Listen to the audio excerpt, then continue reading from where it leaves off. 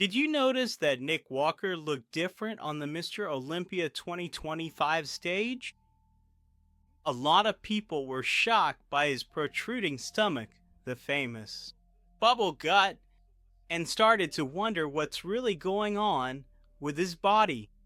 Was it a failure in conditioning, a side effect of using GH and insulin, or just the extreme result of the quest for more muscle volume and definition? Today, we're going to take a scientific and realistic dive into what's behind this controversy and understand why even legendary athletes like Ronnie Coleman, Phil Heath, Kai Green, and Dave Palumbo have shown the same type of distended abdomen. And the most curious part is that this could be changing the aesthetic standard in modern bodybuilding forever. But before we start, make sure you're subscribed to the channel and leave a like. It really helps me continue bringing quality, science-based content without any complications. And stick with me until the end, because this seemingly visual flaw might reveal the price these athletes pay. The term bubble gut literally comes from bubble belly and describes that appearance of a forward projecting abdomen, even in athletes with extremely low body fat percentages.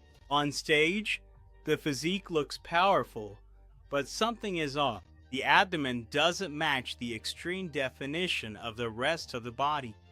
And that's exactly what we saw with Nick Walker during his presentation at Mr. Olympia 2025. This phenomenon started to get attention in the late 90s, when bodybuilding began to value muscle volume more and more. The public saw enormous bodies with absurdly wide backs and shoulders, but a waist that was less and less defined. The contrast between the quest for size and the loss of the V-taper became a dilemma within the sport. From a medical standpoint, the bubble gut is the result of a combination of factors. The prolonged use of growth hormone, which is GH, and insulin, combined with a high-calorie diet and high food volume, can cause the internal organs to grow and the abdominal wall to distend. This increases intra-abdominal pressure, projecting the abdomen, even when the athlete is fasting. Additionally, when there's an imbalance in the strengthening of the internal muscles, like the transversus abdominis, postural control is lost and the abdomen gives way forward. Nick Walker has always been known for taking extreme bodybuilding to another level. His physique is impressive: dense muscles, intense vascularity, and an almost surgical definition. But at Mr. Olympia 2025, what caught the most attention wasn't his strength, but his prominent abdomen, which seemed to protrude even during controlled poses. And social media was unforgiving, exploding with comments comparing his look to that of athletes from other eras. Science explains part of this. Research shows that prolonged use of GH can cause hypertrophy of the internal organs, especially the liver and intestines.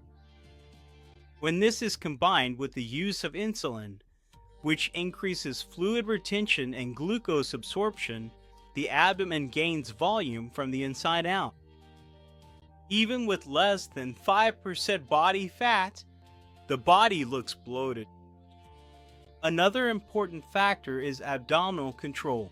On stage, the athlete needs to contract and breathe with precision. But when they're exhausted, dehydrated, low on glycogen, and their muscles are tense, the abdomen tends to relax. That's why in some photos, Nick appeared with a flawless waist, and in others, with a distended abdomen. The bubble gut is just the beginning of the problem. GH in high doses stimulates the growth of all tissues, including the internal organs. Over time, this can cause visceral hypertrophy, an enlarged liver, and even cardiac growth. The heart becomes thicker but less efficient, increasing the risk of arrhythmias and early heart failure. IGF-1, which is a hormone stimulated by GH, is another critical point. In excess, it accelerates cell division and alters metabolism, promoting insulin resistance, fluid retention, high blood pressure, and even liver dysfunction. And with that, the body begins to lose its internal balance. As for insulin, used to increase nutrient absorption, it can cause severe hypoglycemia and an accumulation of visceral fat. In the long term, it leads to insulin resistance and type 2 diabetes. Combine that with a high-calorie diet, common in the off-season phases, and the abdomen becomes completely distended. This is the perfect scenario for a bubble gut. A lot of food, a lot of hormones, and not enough recovery time. These practices can also alter cholesterol, kidney function, and the thyroid, directly impacting the athlete's longevity. The body that seems indestructible on the outside is often fighting an invisible battle on the inside. And behind the perfect pose, there are bodies living in a state of constant stress. Professional bodybuilding demands extreme control over sleep, diet, hormones, and even emotions. And at competitive levels, performance and health rarely go hand in hand. The use of GH and insulin alters metabolism, blood pressure, blood sugar, and even water balance.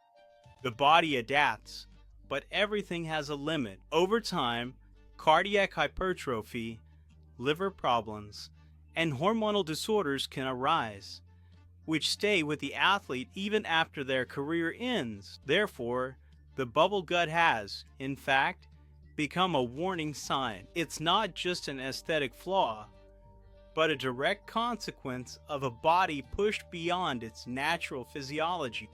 The future of bodybuilding seems to be heading towards a point of balance, maintaining high performance, but respecting the limits of the human body. The bubble gut today functions as a silent warning, and the body pays the price for the excesses. And now, I want to hear from you.